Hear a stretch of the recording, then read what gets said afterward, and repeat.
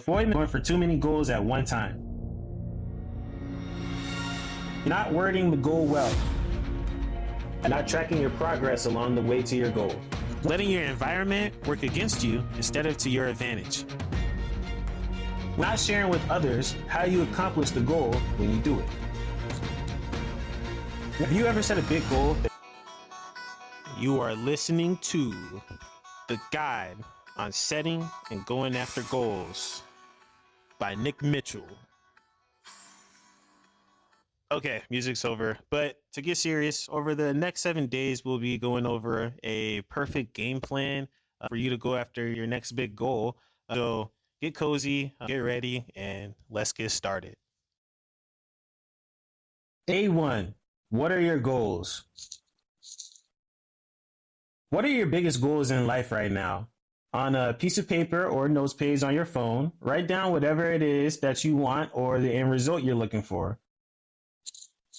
This might range from personal achievements to professional aspirations, just for motivational purposes. Here's some of my more realistic personal examples. First, I want to get 8-pack abs. Then I want to beat Superman in a foot race. I think it'd be cool to write a best-selling book, kind of like this. Then it'd be also cool to cure all world diseases. I think that'd be helpful. After that, I want to get scouted by Dos Equis to be the next world's most interesting man. And just for fun, I was inspired by Mike Tyson. I want to wrestle the tiger and win. And last but not least, it'd be cool to be able to speak Spanish. So if you need help remembering the things that you want or that are goals for you, here are a few life categories that I tend to focus on regularly. Try to write down one thing you really want for each of the categories.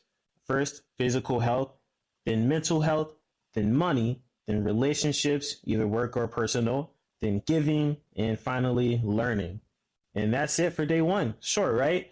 Well, don't worry, the next chapter will have a lot more. For day 2, we'll take your list of goals and start to narrow it down. Day 2, avoid mistake number 1, setting goals that are too realistic. Have you ever set a big goal that you knew would change your life for the better, but you stopped chasing it because it was too boring?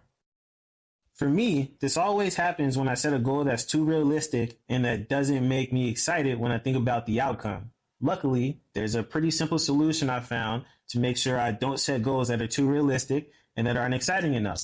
I'll explain that solution plus the reasons that I found it to be beneficial to go for big, exciting goals rather than realistic ones in the rest of this chapter.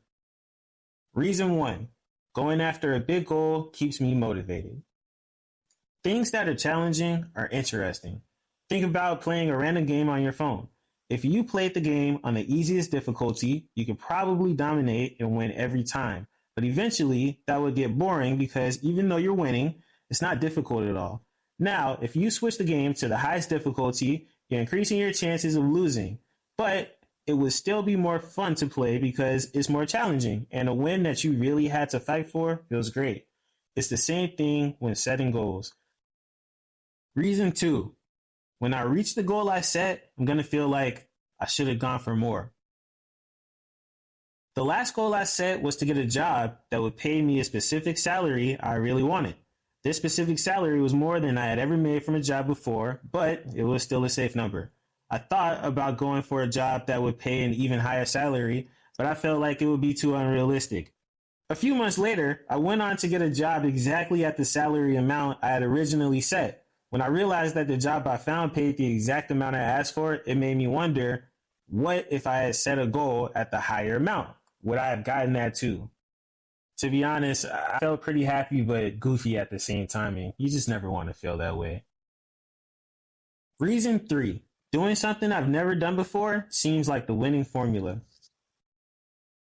Look around. We live in a time where the most successful things are ones that haven't been done before. Whoever set the goal to build ChatGPT was not thinking realistically. You can say the same thing about whoever came up with Bitcoin, and you can say the same thing about anything Elon Musk is involved with besides Twitter.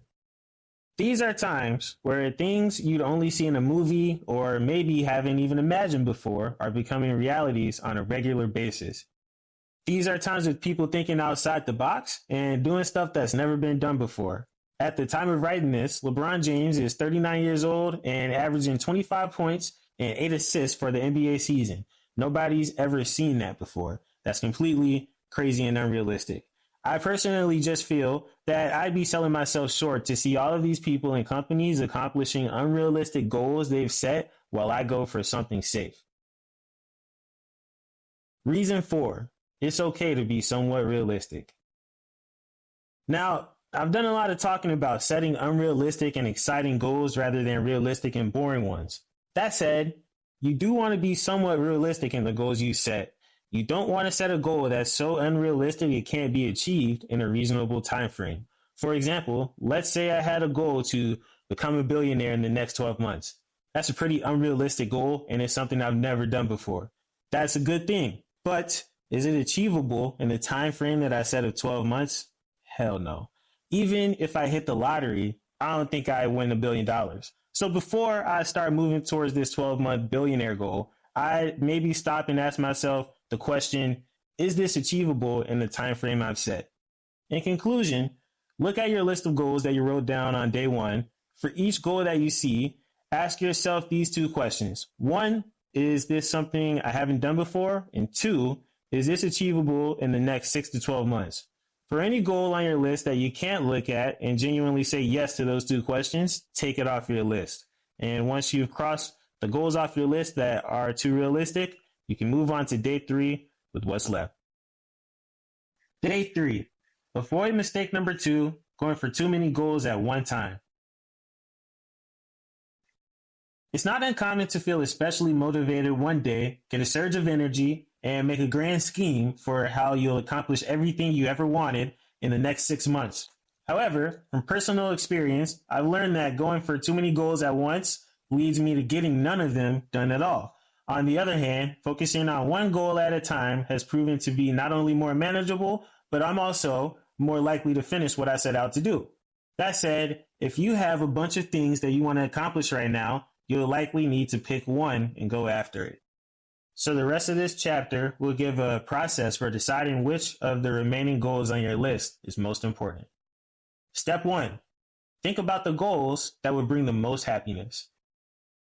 With what you have left on your list of goals, ask yourself this big question from the book, The 4-Hour Workweek by Tim Ferriss. Of the listed goals, which 20% will result in 80% of my desired outcomes and happiness?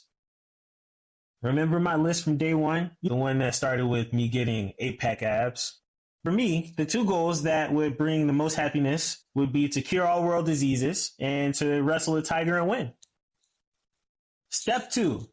Think about goals that address other goals. Of the answers you wrote in step 1, which of them would either directly address other goals on your original list or make them irrelevant if you got it done? This stuff helps figure out what goal would bring the most impact for you. For my goals, I figure that if I cure all world diseases, I'll be able to write a best-selling book about it. Then, with the money from the book, I'll be able to pay for Spanish lessons and a tiger to practice wrestling with. And eventually, with all of this going on, someone from Dos Equis has to hear about me and reach out to make me the next world's most interesting man. Good plan, right? Step 3. Pick one. Look over your answers from the previous steps. Which remaining goal stands out the most? I also heard this recently in a book that my friend Dole recommended to me called The 4 Disciplines of Execution. In which area do you most need to see a breakthrough? If you're torn between a few options, narrow it down to the top 2. Then set a timer for 15 minutes and commit to making a decision before that timer goes off. Remember, the goal you choose is for now, not for forever. And that's because you'll have plenty of opportunities to pursue other goals down the road. In conclusion of this chapter, I heard another quote once that you can have anything you want, just not everything. So with that in mind, think a lot about what things are most important to pursue and go after them. Once you pick the goal that you want to focus on, you can move on to day 4. Day 4. Avoid mistake number 3, not wording the goal well. At the time of writing this, there's only a couple more months left in the year.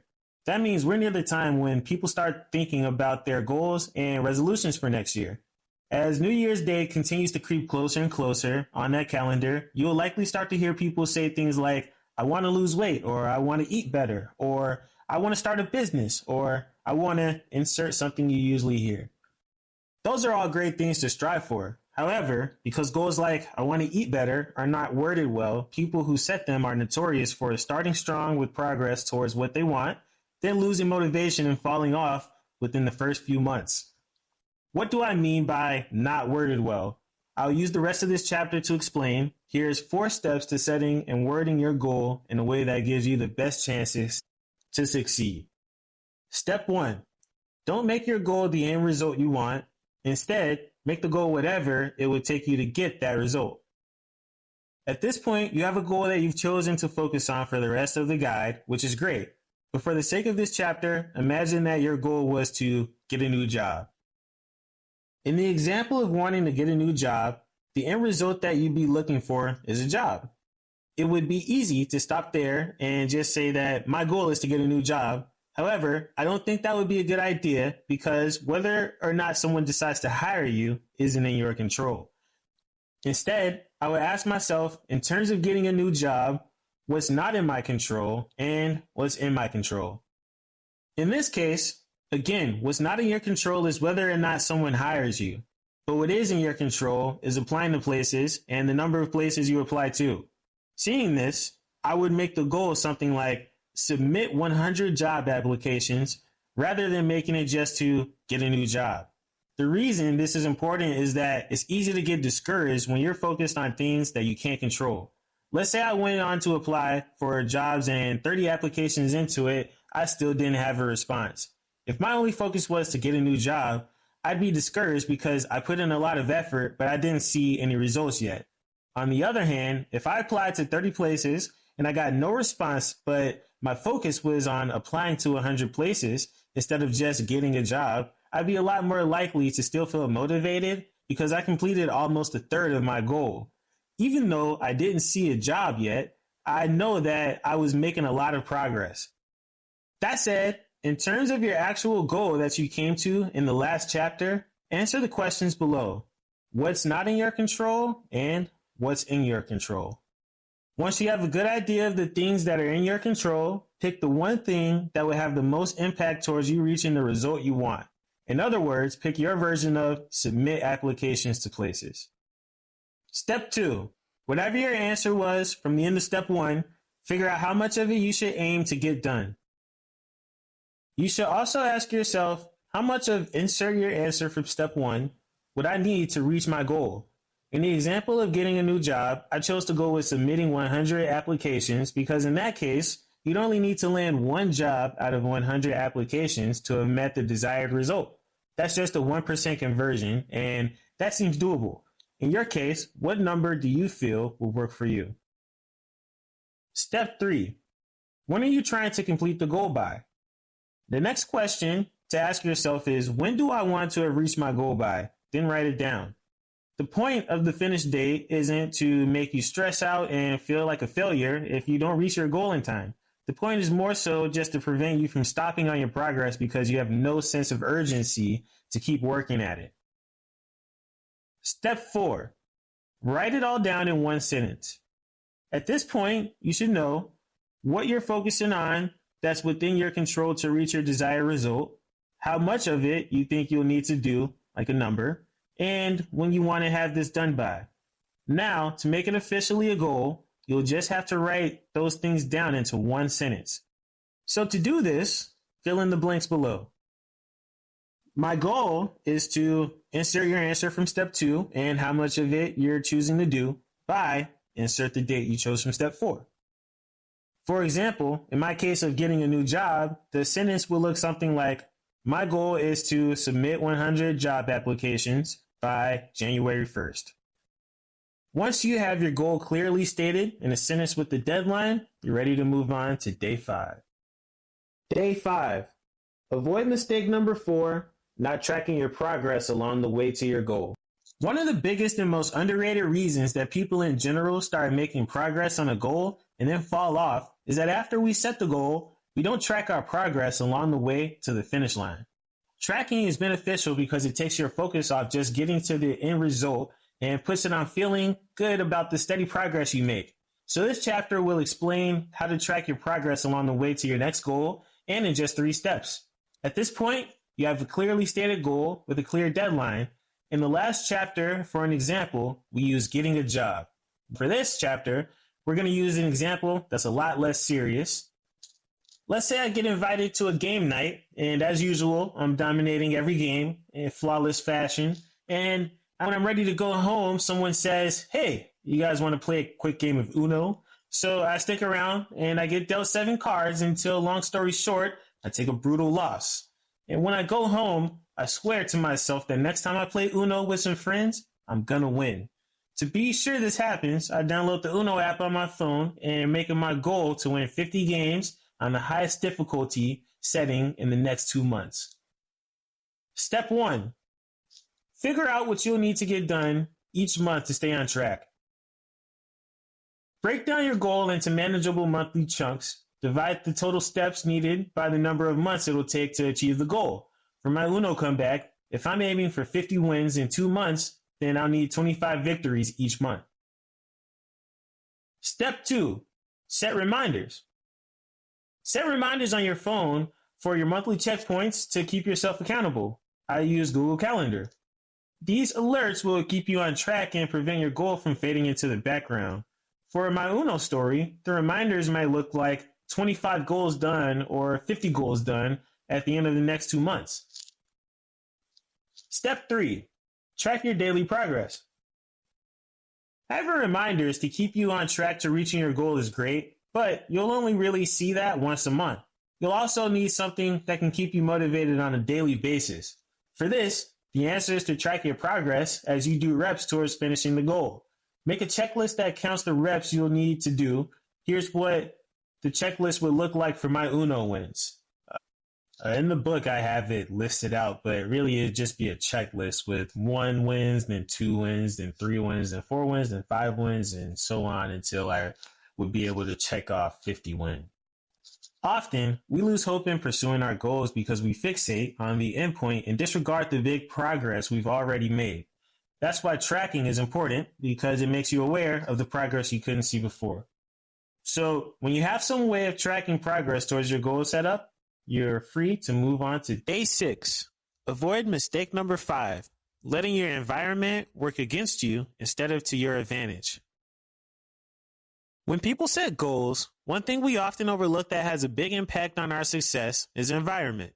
Our surroundings play a big role in whether we take on good habits that will help us reach our goal or stick with bad ones that ruin our progress. In this chapter, we'll explore how tweaking your environment can be the key to success and good habits. Lesson 1. Have a physical way to see your progress. Imagine playing Candy Crush without it having a map that shows what level you're on as you make progress.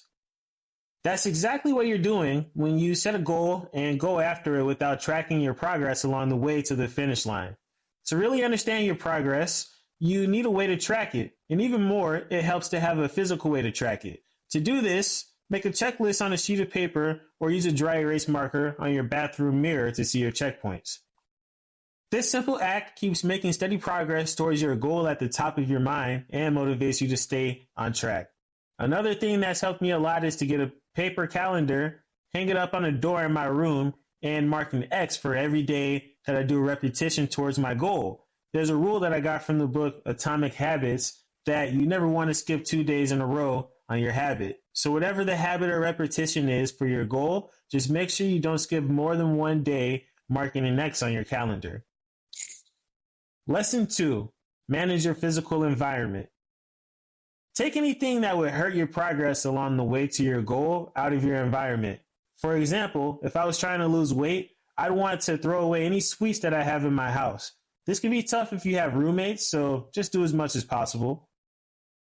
On the other hand, if there was anything I could add to my environment that might help me make progress, like a motivational picture or a poster or a journal to keep me organized, even music is an underrated thing there, then I'd add it. Lesson 3. Alter your digital environment. Just like you'd add or remove things from your physical environment that affect your progress, you want to do the same thing for your digital environment too. In the example of me wanting to lose weight, I delete the DoorDash app on my phone or any other apps that make it easy for me to eat out. Also, you can add things to your phone like widgets and notes that keep you motivated.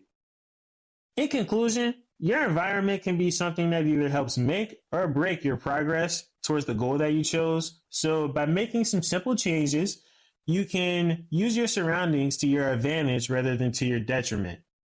So go make some changes and watch as your surroundings become a friend in helping you achieve your big goal. Day 7. Avoid mistake number 6, not sharing with others how you accomplish the goal when you do it. One common mistake people make when working towards their goals is not sharing what they learned along the way with others. Sharing done in the right way can give you a lot of motivation because, 1, it's fun to reflect on your experiences as you make progress, and 2, it's even more fun to know you might be helping someone with your experiences. So by skipping out on sharing, you might be skipping out on a lot of the motivation you need to finish your goal. By the end of this chapter, you'll know how to share your progress in a way that benefits both you and others. Step 1. Share your progress as you make it. A good practice is to reflect on your daily progress. At the end of each day, ask yourself, what is something cool that I learned today around my goal or just in general?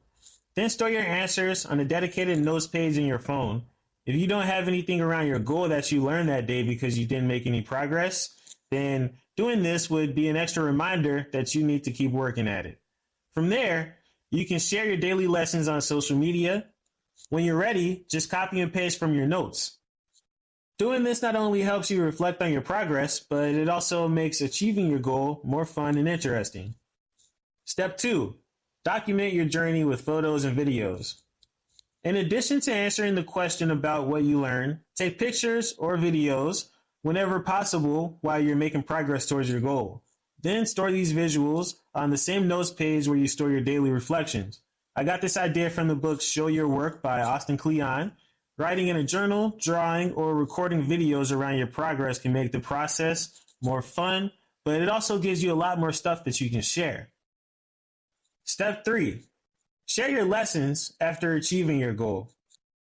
So far, we talked about how to share your progress while you're still going for your goal, but the best insight you can share on how to reach the goal you're going for will probably come after you've done it. So when you've gotten to that point, I believe it's always a good idea to share what you've learned in a blog post or a video. This not only helps others who are striving towards similar goals, but it also allows you to reflect on your journey. Now, if you're thinking, how the French toaster sticks do I make a blog post? No worries. I'm leaving an outline that you can use to make one for yourself. It's the same outline I use to make my own blog post, and I even use it to make the chapters in this book. So you'll just have to fill out what's below, and in the book or ebook, I put the outline, so just check it out there.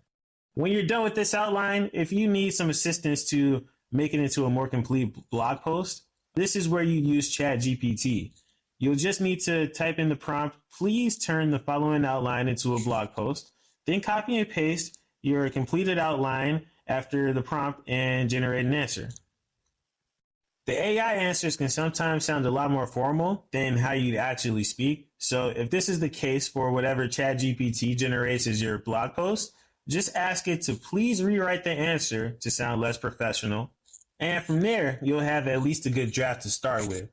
In conclusion, sharing your progress and lessons learned as you work towards your goals can be a powerful motivator and a great way to help others. Also, it's just enjoyable and fulfilling. So at the end of the day today, before you go to sleep, ask yourself, what's something cool that I learned today around my goal or in general? Then write your answer down on a notes page in your phone and start to post on a regular basis from there. Bonus. Avoid mistake number 7, not using problems that come along the way to your goals as opportunities. Stop. Take a second and think about 1 to 3 of the coolest things you've ever accomplished in your whole life. Let it sink in. Now, of the accomplishments that you thought of, did any of them come without problems or challenges along the way? Unless you're perfect, and no offense, but I bet you are not, the answer is no. The tough reality is that problems always come along with striving for big goals in life. There's the saying, more money, more problems. When you set a big goal and start moving towards it, you might as well be a billionaire because problems will definitely come to you. Sometimes it can be pretty overwhelming, but fortunately, there's a process that helps us to get around those things. I mostly got it from the books Principles by Ray Dalio and Work the System by Sam Carpenter, and I've used the process over the last few years to deal with the majority of the problems I come across in life, and it's always helped. So by the end of this chapter, you'll know how to use it too, and you'll have a process for getting around the problems that come up along the way to your goal. Step 1. Write down what the problem is. When problems come up along the way to your goal, or just generally in life, and they always do, don't spend too much time focusing on the negative result or being upset about it. Instead, stop and think, is there anything I can do about it right now? If there's anything you can do to solve the problem or deal with it right then and there, do it. Otherwise, move on to step 2 below. Step 2. Pick the most important problems to solve. Whenever I come across a problem that I can't solve right then and there, I try to always write it down somewhere. I have a list on my phone. Then at the end of the week, I come back to the list of problems that I've written down. For example, these are just a few random problems, but I've been going to sleep too late. I haven't been getting to work early enough. I got a mole on my back, and I forgot the password to my HBO Max account. Now, if there's more than 5 problems, I'll narrow the list down to my top 5. So this is where you can write down your top 5 problems. Go ahead and do that here. Step 3. Test out the solutions you came to. From there, I'll pick the number 1 biggest problem on the list. For some problems, the solution is pretty straightforward and it's not something you have to find. For example, if my biggest problem was I forgot to cancel my Netflix subscription, the solution would just be to log into Netflix and change the subscription plan. But for other problems, the solution isn't so straightforward and you might have to think through it.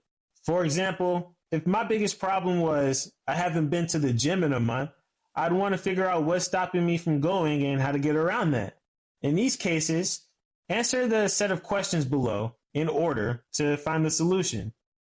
Number 1, what's the problem? Number 2, why is this a problem? Number 3, what's the result that I need or that I'm looking for? Number 4, what actions or inactions, only mine, got me to where I am now? Number 5, what's the solution? And number 6, how will I get this done?